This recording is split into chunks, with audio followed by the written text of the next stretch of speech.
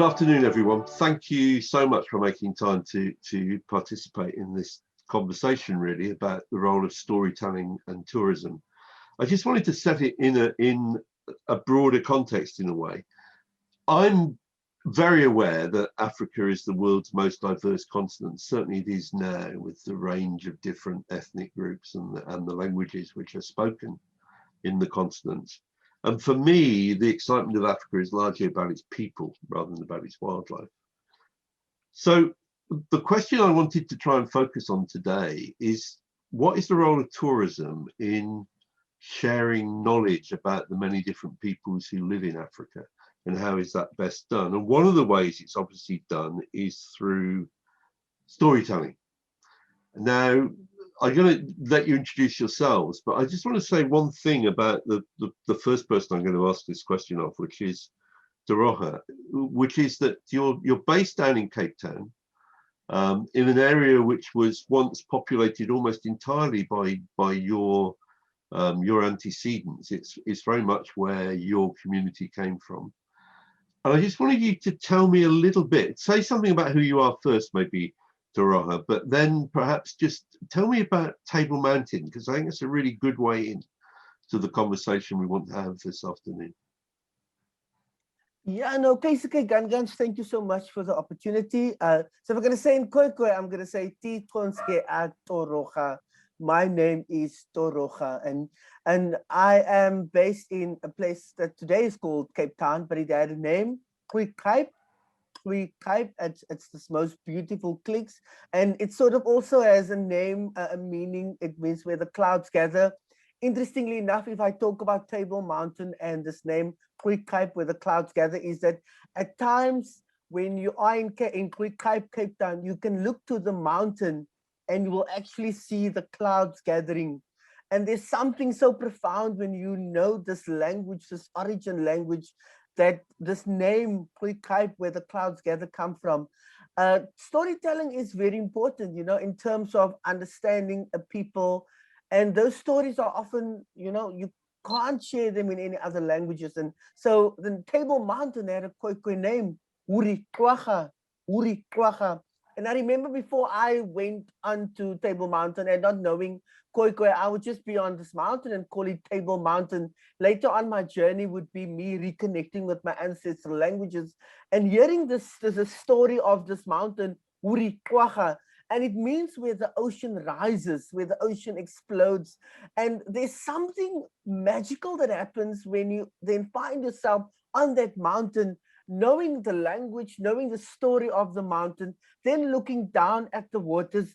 And you literally have this goosebumps because you're like, oh my word, this water is literally rising up from the mountain. And I think for me, that story is you know, I never looked at Uri Kwacha or Table Mountain the same again after that story. And I think storytelling is really just, you know, in the language of a place, it just adds so much to that place. Yeah. Doroha, I've been to Cape Town about 25 times. I've never been up Table Mountain, but what you've just said about it has made me really want to go up there. But I want to go up there with you or someone from your group as my guide, so that I understand its cultural significance. Because to call it a table is a very European thing to do, kind of turn it into a piece of furniture. It's very odd, isn't it? Absolutely. Absolutely. Really. Yeah. And when you talk about it in those terms, what you're really doing is giving that mountain meaning for me in a way that wants me to go and have that experience, which I have to be honest, I've never felt that before. Joanna, do you want to just say something about yourself and your nomadic life, which is gathering pace, but also then maybe just reflect on this issue of the meaning which comes from understanding the stories from people who have inhabited the places that you are having your nomadic life around? Sure. Thanks for having me today, Harold. Hello, everybody. My name is Joanna Haugen, and I'm the founder of Broaden, which is a solutions platform at the intersection of sustainable tourism, social impact, and storytelling. And this story that Doroha has just shared with us is a great example of how colonizer language has really been infused in the travel experience and the tourism industry in general.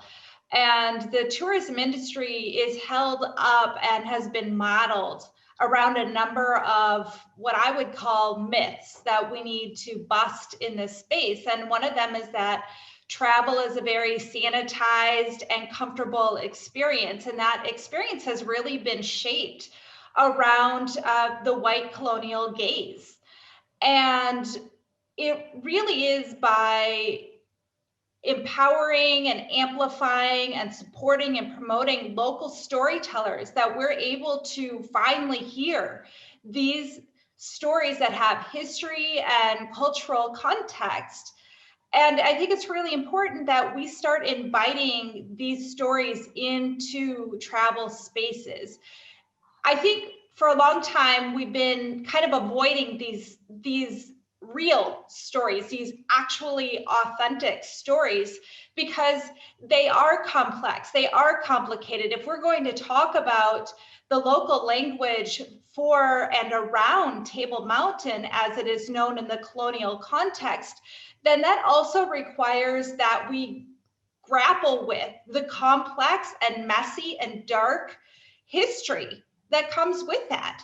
And I think for far too long, we have helped travelers be comfortable in these spaces. We don't want to complicate things. We don't want them to feel uncomfortable with all these complex aspects of the culture and history that have helped shape the destination. But if we're going to support local tourism and local communities through the tourism vehicle, then we have to be willing to grapple with and complicate the narrative, as I like to say. And quite frankly, I think a growing number of travelers want that experience. And if they are out for just that simple sanitized experience, this isn't about the traveler necessarily. We need to center the local people, the local culture, the local community. And that means inviting in these local stories, this language, and the local storytellers that are telling these stories. Joanna, there's another side to this, I think. I mean, if I go to Cape Town and I only hear a portion of the history of Cape Town and of the Cape, or if I go up Table Mountain and I only hear one interpretation of the history and the meaning of the place, in a way I'm being shortchanged, aren't I? If I'm wanting to experience the place and to understand the place, surely I'm entitled as a traveler to expect that the industry will deliver to me a richer understanding of the place I'm visiting. Or am I just being naive in thinking that the industry ought to do that?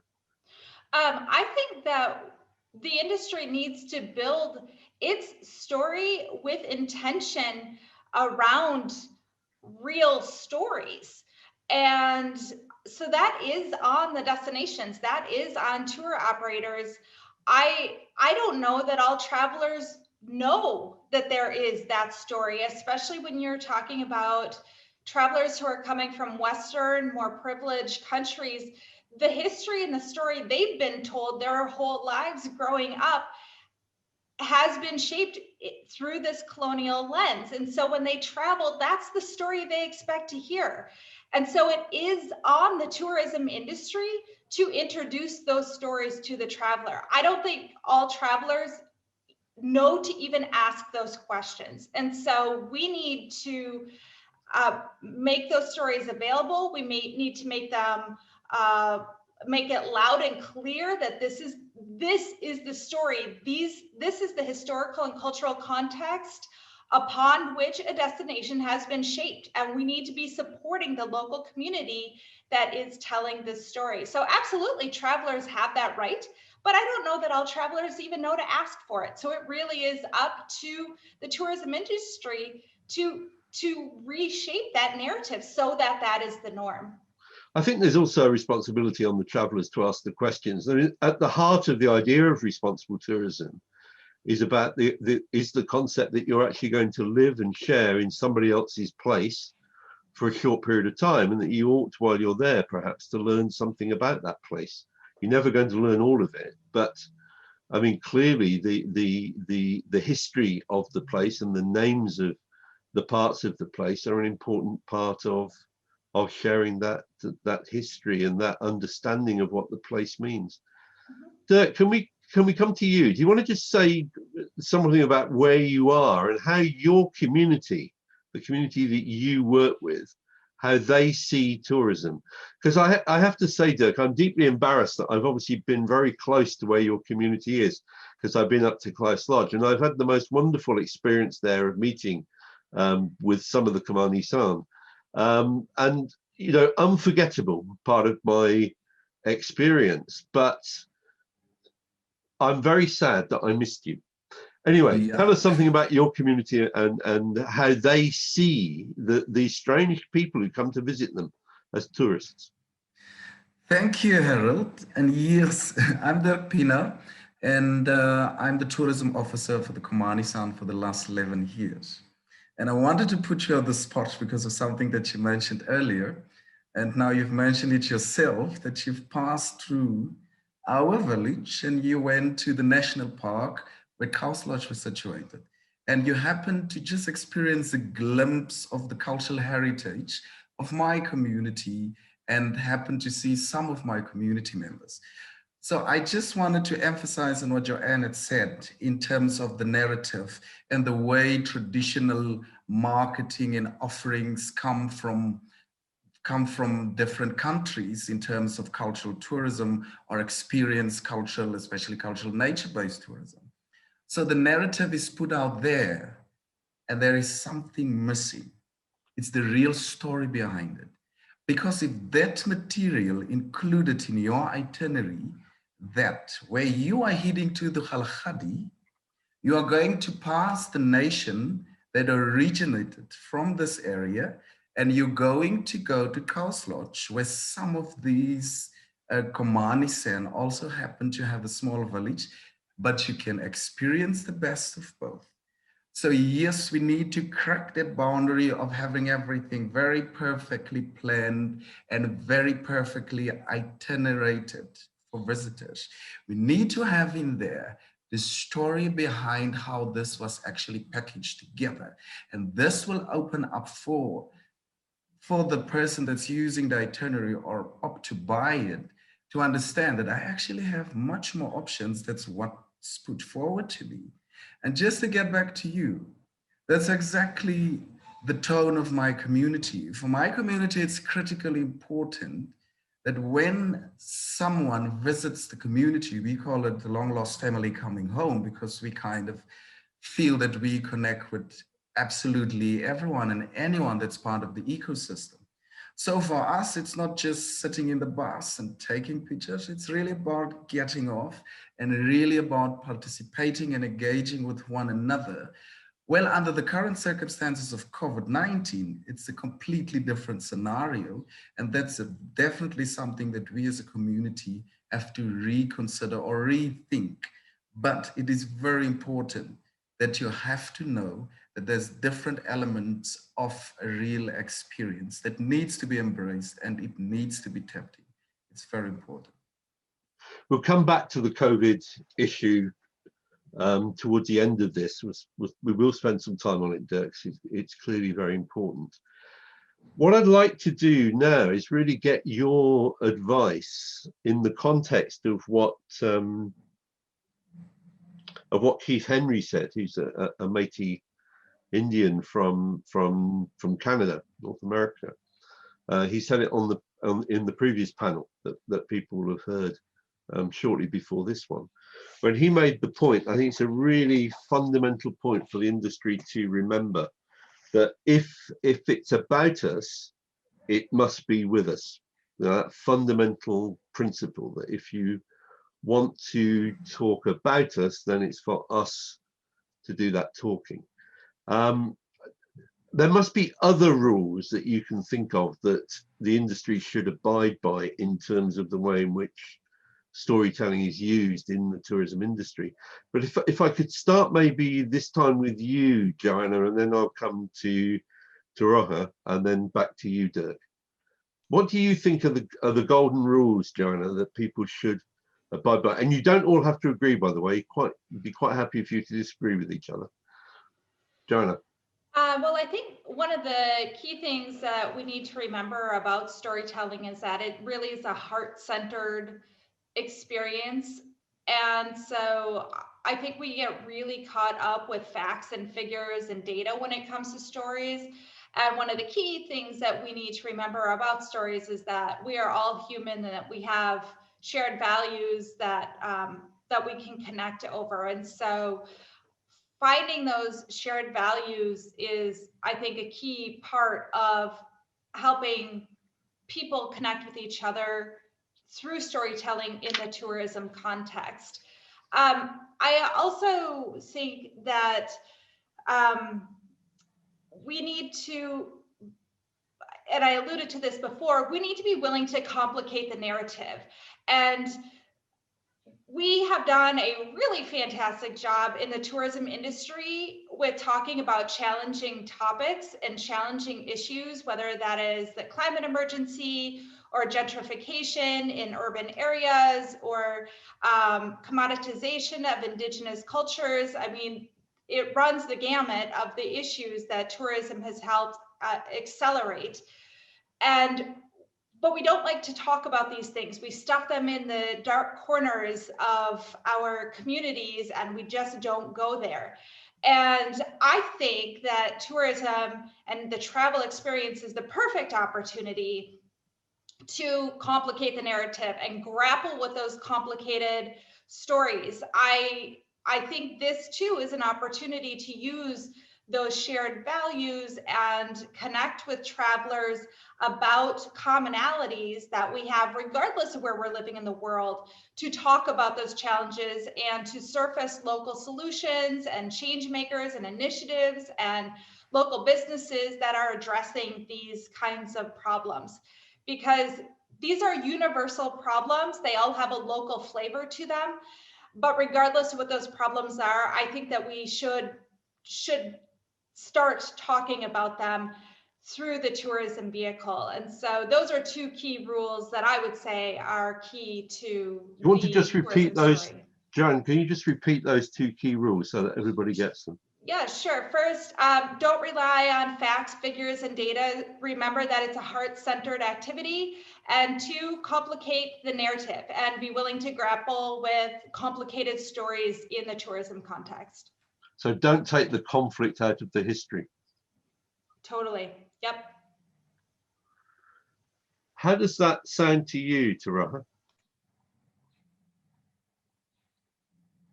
Taraha, you're muted. Yeah, okay. No, I want to say, I totally agree with Joanna.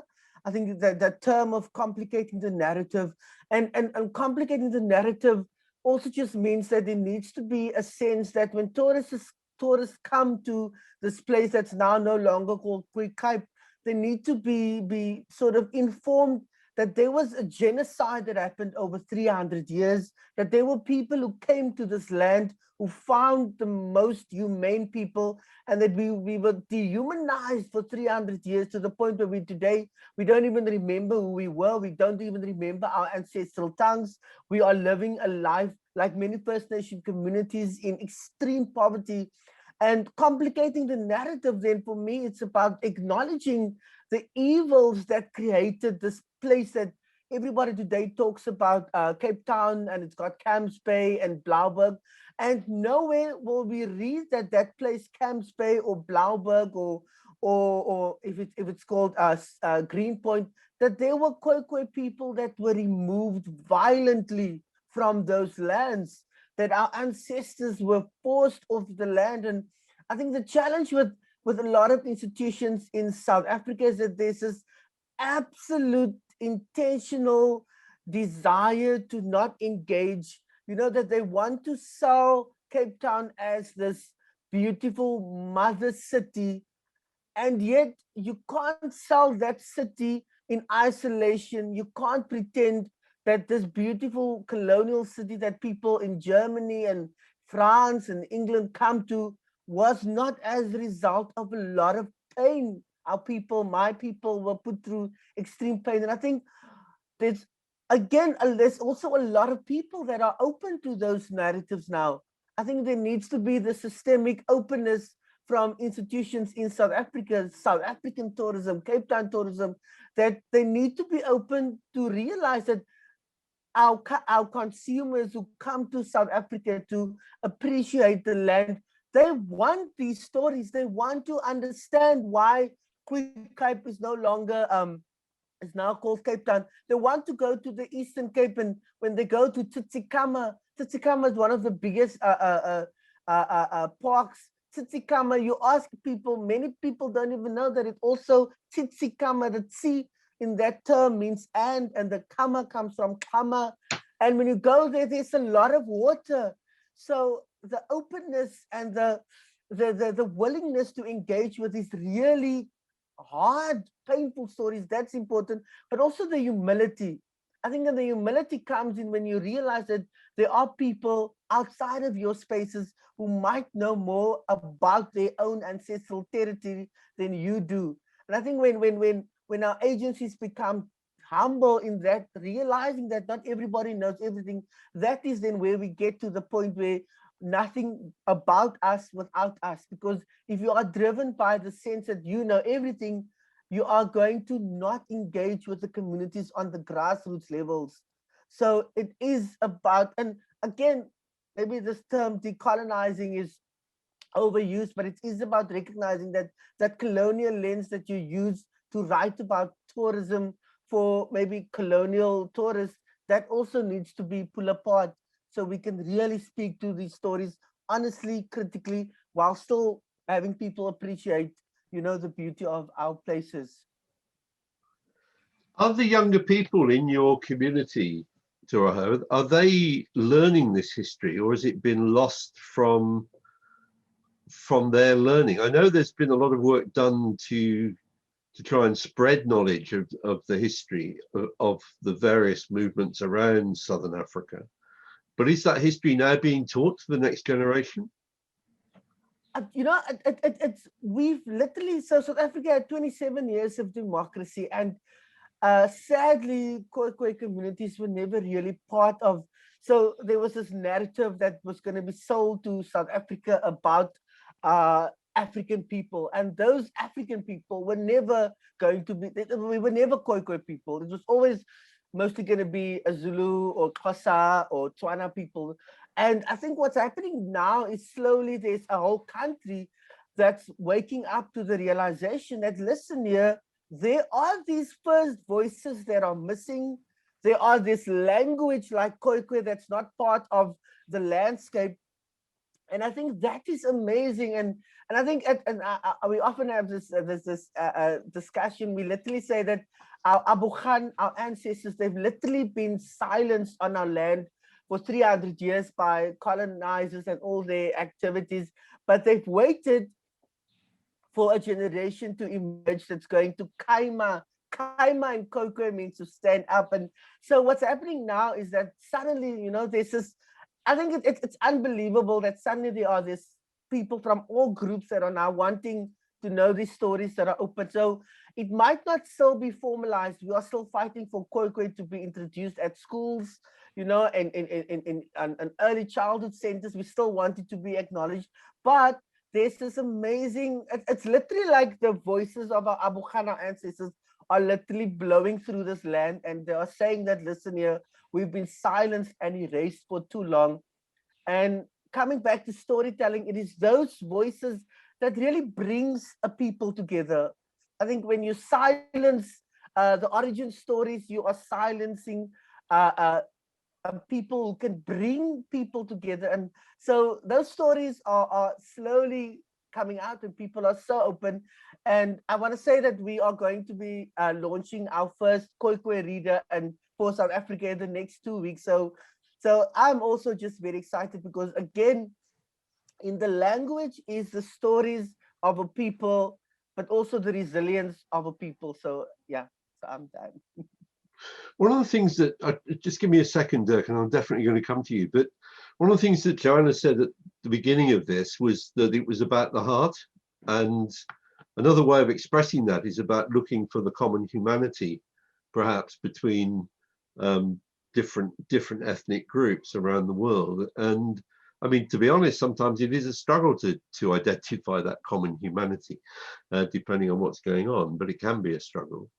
But as soon as you begin to look for the common humanity, it seems to me you almost inevitably empower the person you're speaking to. Because one of the things that I feel strongly about the guiding and the storytelling process, and it hasn't come up yet, so I want to throw it in, Dirk, and get your response to this, is that I think there's a great similarity between a good guide and a good teacher, in the sense that what the guide has is the opportunity to be an educator. And everything you've just said, Taraha, sounds to me like a teacher.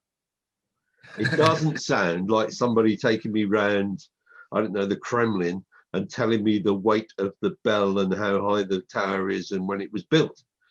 Yeah, it sounds much more like the process of an educator helping people to understand what lies behind the facts of the history, and perhaps revealing that the facts are contested and it's not a simple matter of one story, but of multiple stories. Dirk, is that making sense to you? Definitely, Howard. Now it's going to be funny again. But I completely agree with you in terms of a guide and a teacher. I think they're actually the same thing. The one just got a certification from a higher institution than the other, but they're doing the exact same job, especially in terms of teaching people on different subjects, as opposed to a teacher that's going to focus on only one subject. And finally, I've just started to studying teaching. That's how passionate I am about it. So generally, my community, the Bushmen or the San people, had the tendency of always avoiding confrontation throughout history. So everything that you will read on San history is the fact that we've been so nomadic and kept on moving. But let me tell you, I actually think as a Bushman myself that we were kind of very much cowards in those time frames, because whenever something was new and we did not understand it, we would move away and carry on how we know, how we do things. So definitely in terms of tourism, I believe that we need to interrupt that, because we as a community ourselves, we wouldn't have been actually moving forward in tourism if we didn't understand that confrontation is needed. And I completely agree with Joanne and with Toroha that these very uncomfortable topics and this very uncomfortable parts of history, it needs to be conveyed to the visitors. They need to really understand the essence of what they've been told, because I believe storytelling is not only embedded in the words, but it's in the expressions of the person. It's in the feelings that the person resonates to you and exude while telling the story, because it makes it, and it should be authentic, and that really speaks to people, and that changed the whole experience. So yes, as part of our history, when you visit the Kalahari, we have to tell you about why we moved all around Africa and how we've been evicted and how we were not only colonized before colonization, we've been moved by different African tribes all the way from Rhodesia, moving all around Cape Town, and eventually ending up in the Kalahari, because nobody thought that the Kalahari were ever going to be a livable area. But we set station here, and even then we got moved, and again forcefully, by conservation development in terms of developing sand parks, etc. And this should be part of sand parks' marketing strategy, to embed the stories of how they've learned that there's a thin line between traditional conservation and formal conservation, and how beautiful that is, and how beautiful that contribute to anti-poaching, because a happy community means a better way of the community to be part of a process of welcoming other people and looking at other means of uplifting the community as a whole. So definitely storytelling is very powerful in different spheres of doing things in different spectrums. And if we can realize that power, we can solve so many problems unknowingly just by telling the story the way it should be told and when it should be told and why it's important to be told. Do you see, Dirk, do you see in that aspiration, which you and I clearly share, how do you see the certification of guides? And let me put that in a specific context for you. At the original Cape Town conference in 2002, I'd had a fantastic experience in one of the townships, I think it was Langa. And I'd been to the waste recycling centre, and I'd been taken by a group of 3 people from the community to walk down their street. And I was telling a senior government official about that on the floor of the conference. And he immediately said, were they certified guides? And I'm thinking, I have to say, as the tourist, I don't actually care whether it's a certified guide. But of course, in some communities, and I'm not suggesting this is the case in South Africa, but there are places around the world where the guides are certified to make sure that they tell the correct story from the point of view of the government. And that's another problem, isn't it? Definitely, Howard. And especially with us, we have actually categorized our guides because believe me, especially in the nature-based spectrum of guides, you need to be properly, and it's got to do with safety, you need to be properly accredited. And that takes away so much knowledge and so much raw experience because your traditional guides that grow up in the spaces that doesn't have formal education has so much experience of really letting you experiencing the bush. But because of the certification, they just can't offer you that. So we try to fix that on our side by combining an ultra-traditional guide with a formal guide that's also from the community, but really to let you as a visitor experience the true wealth of the area, because that for us is critically important. We really want you to see a skill that's not learned to certification or to formal schooling, but a skill that's embedded within the person's psyche. And that's really important for people to experience. They really want to know, can a bushman walk right in front of a lion and why? And that's part of the whole learning process.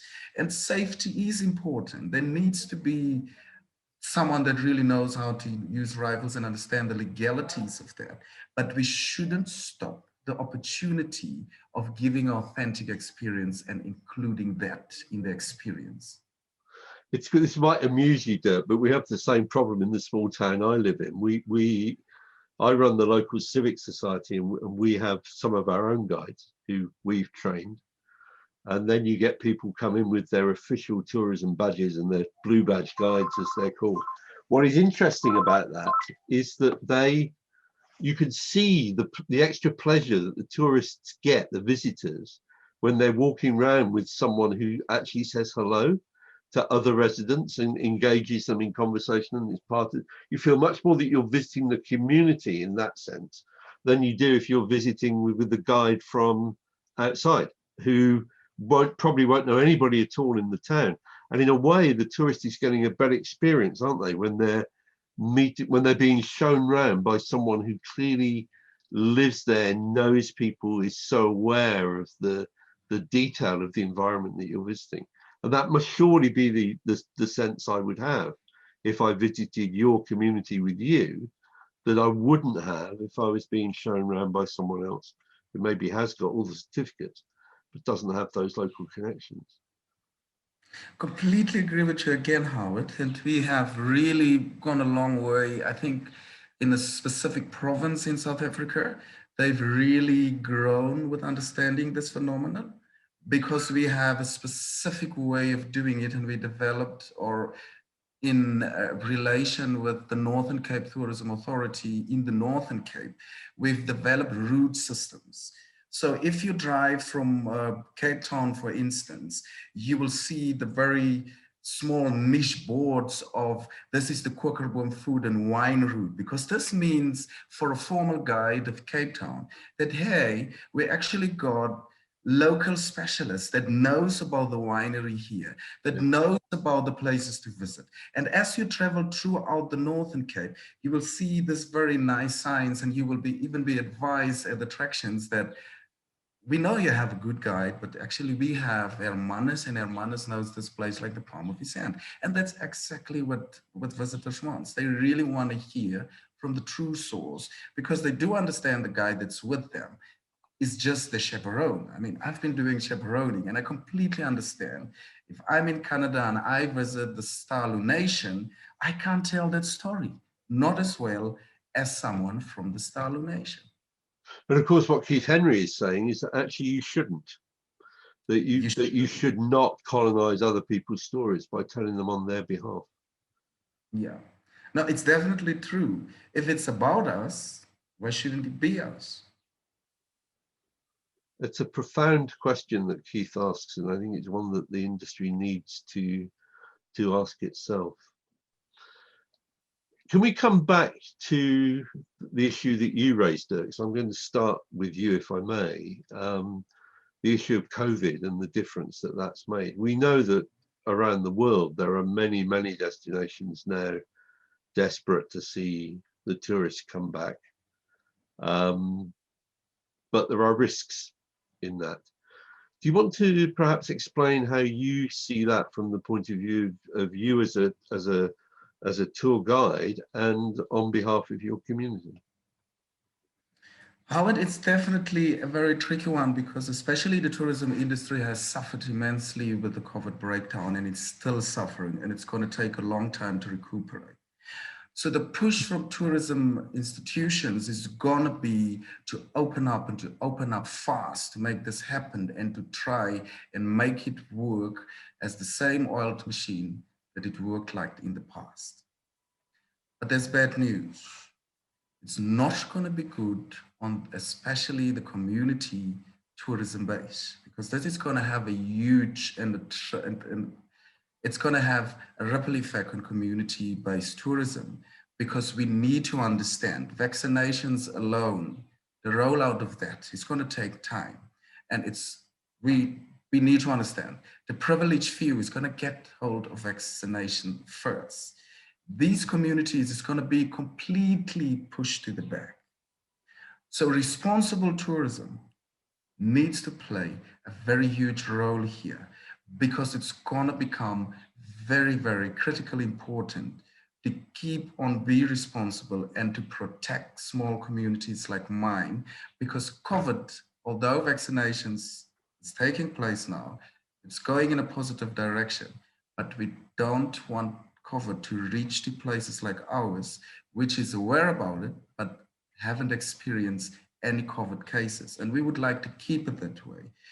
We all understand in the perspective of income, it's critically important for livelihoods, but we need to really understand that we need to be very responsible by reintroducing tourism, and make sure that we do not let small communities like ours fall into the stepfall of trying to push this too hard. Dirk, can I just push you a little bit on this, because I'm not sure that people who don't know where you live will realize how significant what you've just said is. I mean, you're living essentially in a desert. It's not completely without any vegetation, but it is a serious desert. And you were saying earlier, as we were talking, that the temperature gets up how high in the Kalahari? Yeah. It gets, you said 50 degrees? Yes. Yeah. So this is a very difficult environment to live in, isn't it? Yeah. And tourism is incredibly important, I imagine, to your community for the revenues it brings. I would assume probably far more important than it is in a place like Langa, where there are other ways of making a living around Cape Town. So what you're saying is incredibly significant, I think, because of the scale of the sacrifice that means in economic terms for your community. Yeah, I just want everybody watching this video to realize the depth and strength of what you've just said, because I think it's easy to forget, if you've not been there, just how hostile the environment you now live in is. Yeah, as I explained, there's been absolutely no cases within the community, but the effects of COVID as a pandemic has been huge, especially because tourism consists of 80% of the economic driver in this area. So with the outbreak of COVID, that completely stopped. And we had to look at very small alternative ways to get just the community ball rolling and to let the community understand the importance of keeping safe and remaining vigilant and just holding out there. So we do understand that it's important to bring tourism back. We want tourism to be introduced in a very responsible manner. But what's also interesting, it's a compliment in a way to just finish this conversation, but you know, I listen to a lot of people in tourism in my own country and in Europe who are just quite blasé about how easy it's going to be to restart tourism. And I share your concerns, Dirk. I don't think it's going to be easy at all.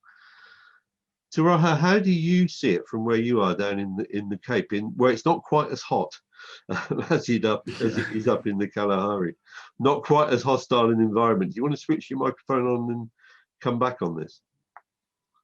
No, I think COVID has obviously affected. I personally lost.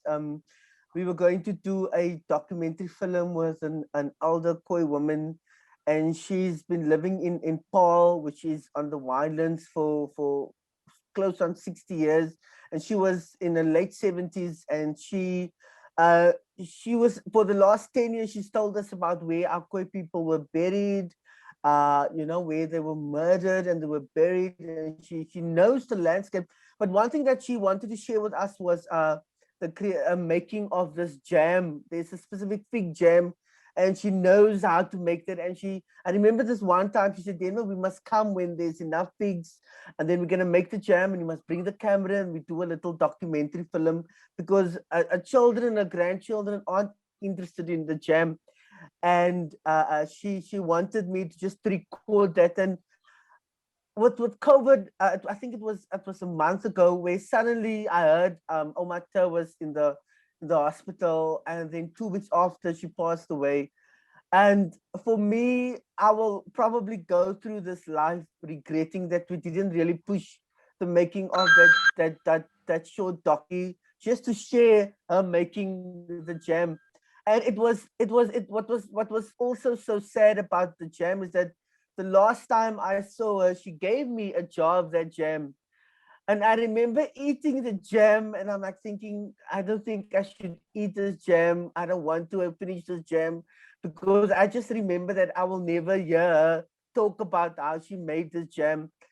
And so that is for me, it will be one of, because I know that jam had a story. It was her story. It was passed on for many generations. And so for me, that was like, when I finished that jam, I that day I was just so depressed. I was like, you know, the jam is gone.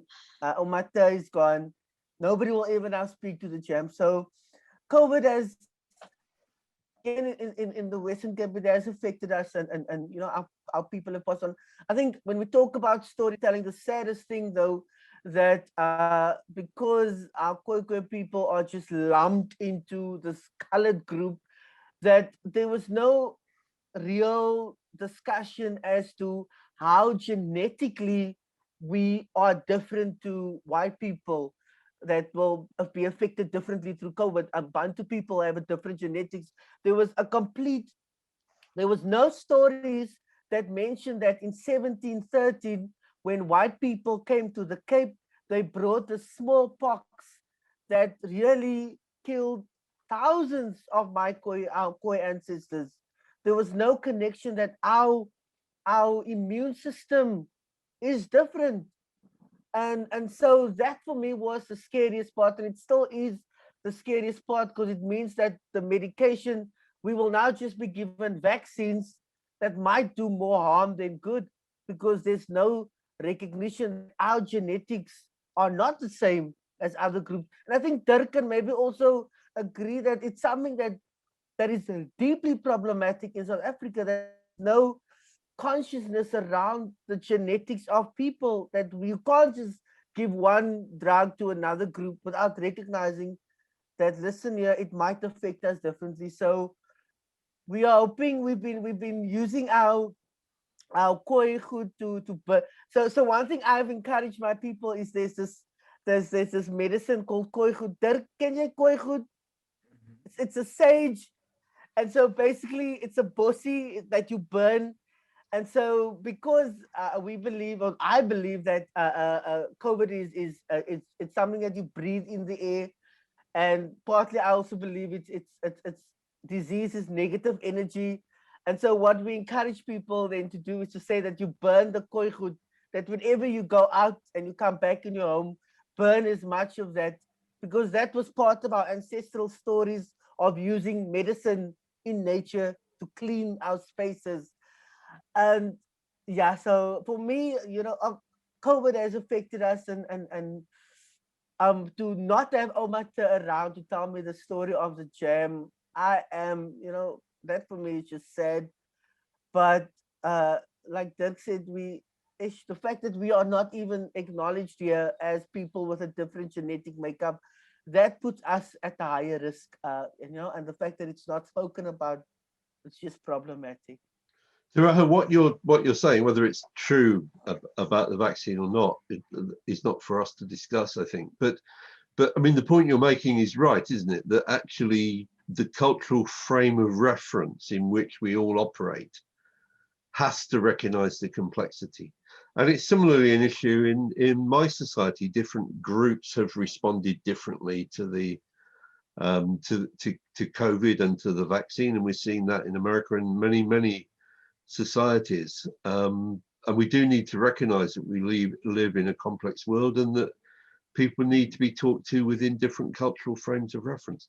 Joanna, do you want to comment on the general points about COVID and our understanding of that in terms of what responsible travel requires? Sure. First, I just thank you for sharing your story about your colleague and friend who has passed. That was it's been a very difficult time, and I think that you bring up a really good point about the fact that in general, the narrative that we hear in this world, whether it's about COVID or anything else, is overwhelmingly shaped by Western media and higher income countries.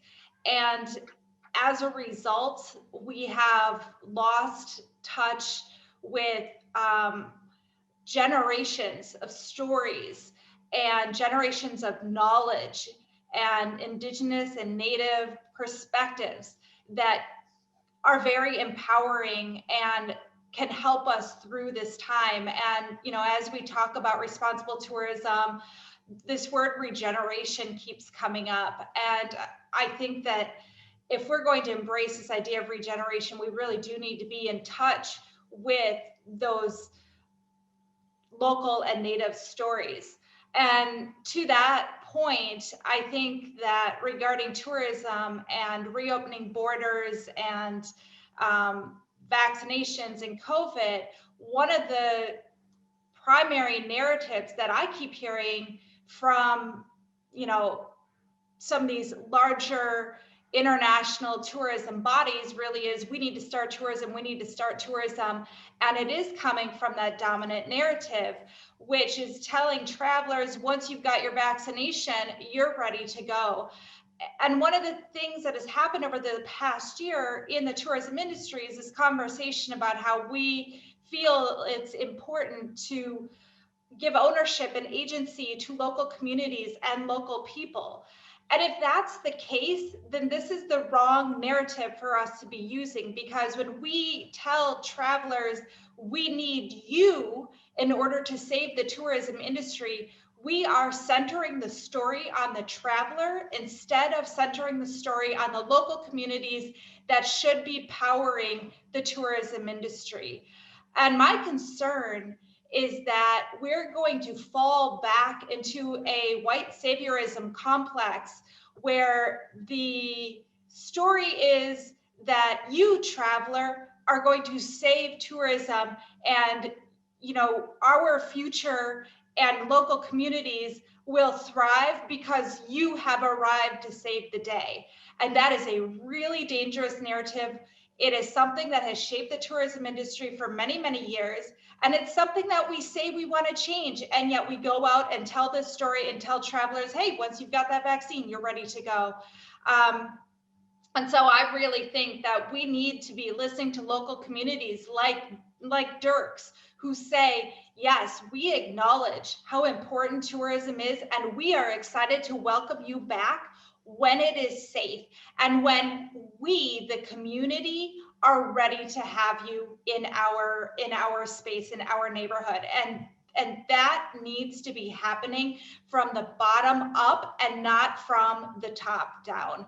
And so I do worry about this narrative and this dominant saviorism narrative that we currently are hearing in the tourism space in regard to COVID. Well, we're certainly particularly hearing it in the international originating markets.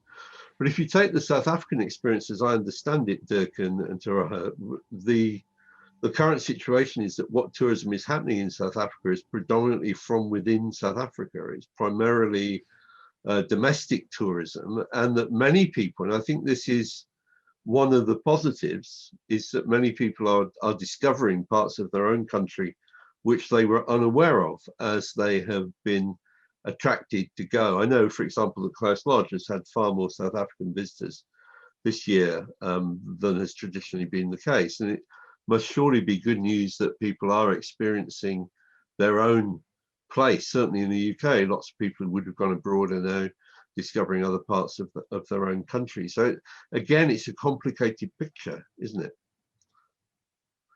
As we come to the end of this, I think what I'd quite like to do is just quickly go around all three of you again and just ask you perhaps to sum up what your view is about the role of storytelling in tourism, what you think makes for a really good storytelling experience and what doesn't. And perhaps Dirk and Taraha in particular, to address the question of whether we should expect the guide or the educator who's taking us around to be in both your cases. Should we be disappointed when we see them with a mobile phone, and perhaps disappointed when they're not wearing a loincloth? Absolutely not. Thank you, Howard. Now, for the last 10 years, I have worked very hard to change the imaginary bushman that has been created by the Western world, us running around in loincloths and shooting bow and arrows. If you come to my house, it will be very simplistic, very open air. It's not ultra modern, but it's still in the bushman setting. And that's what we're communicating. We're communicating the real bushman life today. We tell you the stories of yesterday.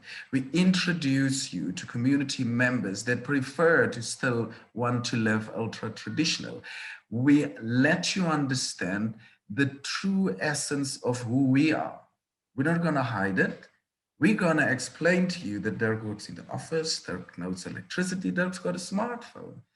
We're going to tell you that the Opa that's sitting there is about 70, 80 years old. He tells marvelous stories of the history of the Kuruman River. So if we go to the Kuruman River, let's get him to join us. And he can tell you that story from his perspective, never been taught by a teacher like me. He's going to tell it to you the way he's experiencing it as a child and the way that he thinks it's going to behave now in this changed world from his perspective. So that when you go back, you really need to understand that you have relived the Kalahari through our eyes, but you have also left something with us. You have taught us also something about you. And that's why storytelling is important, because there needs to be a space for you as the visitor to say, oh yes, you guys bury without a trace, but in Canada, we got the totems. Sorry, Taroha. It's the totems that you've seen. So we got the totems, and that's how we used to bury traditionally. Ethnical way, and that's been changed with colonialism, or it has been changed because something else happened in our history. It needs to be an organic way of stories fitting in by exchanging with one another willingly, because really it's, yes, Howard. So absolutely, and I'm going to come to Taraha, but it seems to me the other thing that we too often forget is that cultures evolve. And you've just illustrated that very beautifully. And I want to just remind people that we should not expect the culture to stick 100 years ago without the mobile phone and without electricity for the benefit of the tourist. Yeah, Yes. Cultures must continue to evolve, and that in evolving, they will subtly change. But Taraha, just briefly, what's your final take on this before we go to Joanna and wrap up? Yeah, for me, if I just look at the context of Cape Town, I think what's really important is that there needs to be a sense of openness with our institutions, our entities that does the tourism work, that there needs to be also a humility, that there are people that are not in these spaces who do know a lot about this land, that can share those stories, but also they need to be open to understanding First Nation narratives. I think that is where we are at now, that because when people now even come to Cape Town Airport, there at least needs to be a board that says that means welcome to Cape Town. Then when they go to Table Mountain, there needs to be Urikwaha on that mountain. Simple things with a brochure that's handed out. When the tour guides speak, they need to at least say Tavedes. That means greetings, Tavedes. And I think we find ourselves, especially in Cape Town, that is often considered the most colonial city of all African cities, where there is this deliberate need to market Cape or Cape Town to a colonial visitor, and so the narrative is so framed that it sort of doesn't want to offend or speak to the complexities. As Joanna said, it refuses to complicate the narrative. And I think that is Cape Town tourism and South African tourism shooting themselves in the foot, because there are people that want to come to Urikwaha or Table Mountain, and they want to hear that story. They want to engage with the flowers and hear the names of the flowers on Urikwaha or Table Mountain in the Khoikhoi name. And so there needs to be, again, that openness and recognizing of the fact that complicating the narrative is not necessarily a bad thing for tourism. It is actually a value add and can actually add so much more to tourism and how we and increase the market also, because people want to hear these stories, but there needs to be this openness to engage. Thanks very much, Taraha. So, Joanne, you're going to have the last. Joanne, you're going to have the last word, but please be quite brief. Yeah, certainly. Well, I just wanted to make a quick comment on what Dirk has mentioned, and that's this idea of authenticity. And I know a lot of travelers today are out there looking for the authentic experience. And I would just say that it's really important that travelers do not get to define an extractive experience, and authenticity needs to be defined and told from the local community. And so it's really up to the tourism industry to be very clear with travelers that this experience is focused on the local people and local communities, and it is not to be defined, and authenticity is not to be defined by their desires to shape a story that isn't theirs to tell. Thanks very much, Joanna, and thank you, all of you. Thanks, Taraha, thank you, Dirk, and thank you, Joanna. I think we've said some provocative things this afternoon. It'll be interesting to see what sort of response we get when people begin to look at this video. But thanks very much for your time.